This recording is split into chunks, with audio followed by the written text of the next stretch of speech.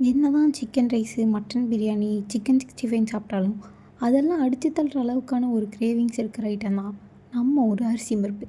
அந்த அரிசியும் பருப்பை இன்றைக்கி நான் ஏன் செஞ்சேன்னா, விடிஞ்சும் விடியாத மாதிரியே இருக்குது. வெளியே வந்து பார்த்தா அப்படி ஒரு க்ளவுடி. சரி நமக்கு கிரேவிங் ஸ்டார்ட் ஆச்சுன்னு சொல்லி அரிசியும் பருப்பையும் தண்ணியில் போட்டு, அரிசியும் பருப்புக்கு தேவையான தக்காளி, வெங்காயம், இஞ்சி பூண்டு பேஸ்ட் எல்லாத்தையும் ரெடி பண்ணி வச்சு, குக்கரை தூக்கி அடுப்பில் வச்சு, அதில் கொஞ்சம் எண்ணெயை ஊற்றி கடுகு, சீரகம், கருவேப்பிலை, கொத்தமல்லி, வெங்காயம், தக்காளி எல்லாம் போட்டு வதக்கி கொஞ்சம் உப்பை போட்டு, கொஞ்சம் சாம்பார் தூள், கொஞ்சம் கறி மசாலா தூள், கொஞ்சம் மஞ்சத்தூள் எல்லாத்தையும் போட்டு நல்லா கிளறி, தண்ணியை ஊற்றி கொதி வந்ததும் அரிசியும் பருப்பையும் போட்டு, கொஞ்சம் கொத்தமல்லி தழையை தூவி 3 விசில் ப்ரெஷர் குக் பண்ணி எடுத்தால் அரிசியும் பருப்பு சாப்பாடு ரெடி. அதுவும் உதிரி உதிரியாக. இதை காலையில் சாப்பிட்டதுக்கப்புறம் தான் எனக்கு திருப்தியாக இருந்தது. எல்லோரும் கேட்பாங்க, இது மேலே உனக்கு ஒரு ஆசையா அப்படின்னு.